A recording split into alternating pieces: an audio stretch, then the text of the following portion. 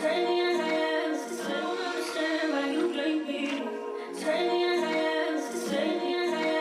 yo, what's up, YouTube, man? It's your boy, Ashton Jackson. And in today's video, I'm going to be talking about the Dallas Cowboys versus the Patriots game and how the way that it ended and how we won, why we won, and then going on to San Francisco and discussing a little bit about the San Francisco game. So before we hop into the video, I appreciate if you guys would like the video, subscribe if you're new, comment, and share my video with anyone who you think will enjoy my content, man. Straight into it, the Dallas Cowboys game is still going on. There's around 50 seconds left to go in the third quarter. It is 31-3. Yes, anything. Patriots coming back in this game is scoring 28 straight unanswered points, especially since they put in Bailey Zappi, their second string quarterback, in right now playing downs. So really, I'm going to hop into it, and I'm going to really just go over my preview of the game yesterday and my ways of how we were going to beat the Patriots. And almost every single one of them every single one of them has happened, right? We stopped the run. The Patriots only ran the ball for 44 yards. And right now, I'm looking at the overview stats. Ramondre Stevenson right now only had 13 carries for 23 yards, an abysmal 1.8 yards per carry. Ezekiel Elliott was 5 carries, 14 yards, and he ran better than Ramondre with 2.8 yards, which isn't too much better. He just ran a yard better than Ramondre. And then Mac Jones carried in and chipped in on the ground today. But Mac Jones played a horrible game. 2 interceptions, both to Deron Bland. For sure might be the defensive player of the week. He had 2 picks. One was a pick six. Our defense was incredible today. Like I said, we did stop the run. We only held them right now to under 50 yards. I don't know what the in-game rushing stat is going to be, but that was the end game for the running. And like I said, we had to stop the run because Bill Belichick will like to attack your weakness, and it was Zeke's return game. So we wanted to get, the Patriots wanted to get Zeke involved, so to punch it back. Also, I said that I wanted to force Mac Jones to throw the ball 40 plus times. He only was able to throw the ball for 21 times, but those 21 attempts were very horrible. Like I said, 2 of them being straight to Deron Bland. He thought he was Patrick Mahomes, and you already on film, not only film, when you watch the games, you know that Mac Jones does not have a strong arm whatsoever.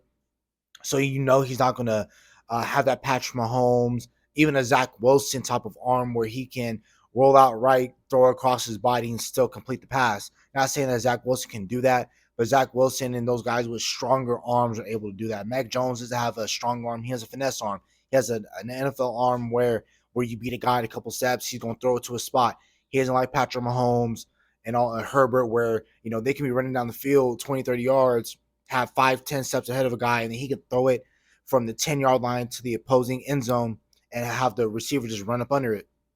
He doesn't have that type of arm, and that's where he got caught up throwing to Deron Bland because he thought he had that sort of arm.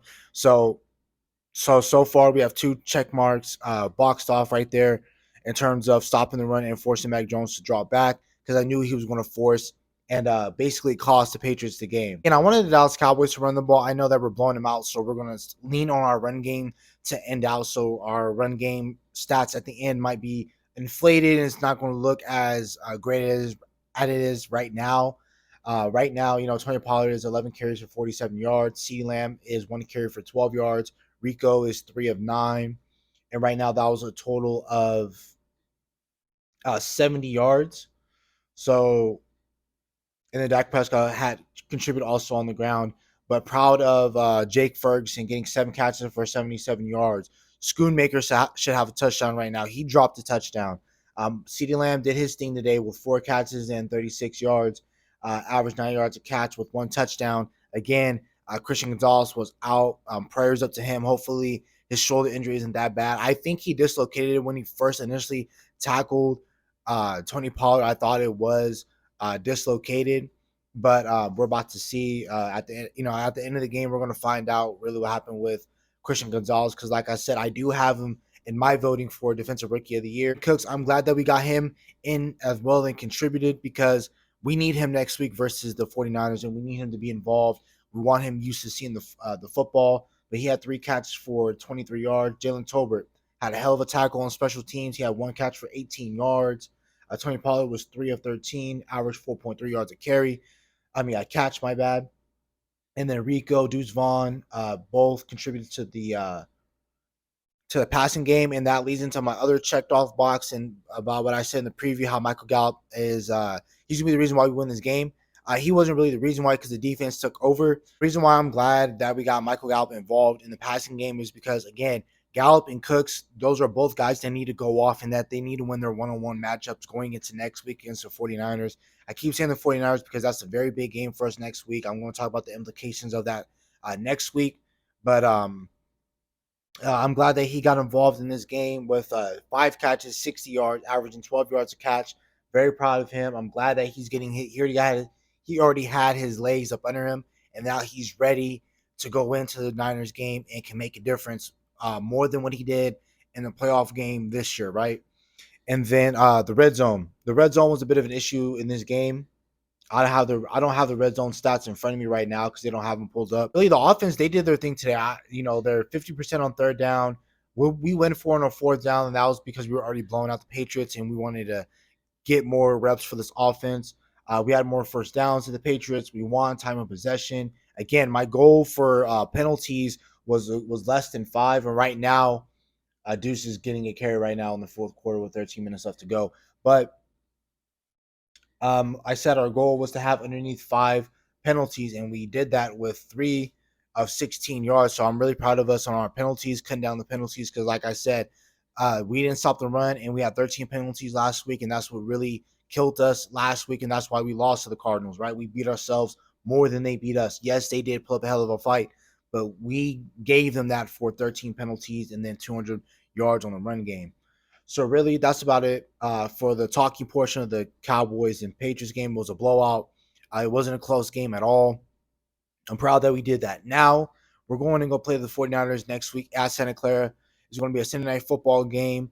The biggest implications that it does have really is the number 1 seed, and that if the Dallas Cowboys keep winning football games, they don't lose to any NFC conference opponents, and then we beat the Eagles further down the line, and the Eagles start losing some games because they squeaked out. They didn't know how to kick a 60-yard field goal today just to beat the Washington Commanders, and the Washington Commanders, they look really, really good. So basically, this determines seeding. But the reason why I say I don't really care about the seeding in this game because the Niners beat you when it was in Dallas and when it was on their turf. So yes, you want to beat them in this game just because you want to give yourself the psyche that when you have to see this team again, because I'm saying it now, we're going to make the playoffs. We're going to be healthy. We might even contribute and add a player to this team, whether it's defense, offense, whatever, right? So the Niners are also going to want to make a play and make a move for somebody as well. But we're going to have to see the San Francisco 49ers again. So it's very clear that we go out there, we set the tone, and we have to win this game. I don't care about the seeding, but I just want to beat this team so this team knows that we can beat this team and that we're not scared of them.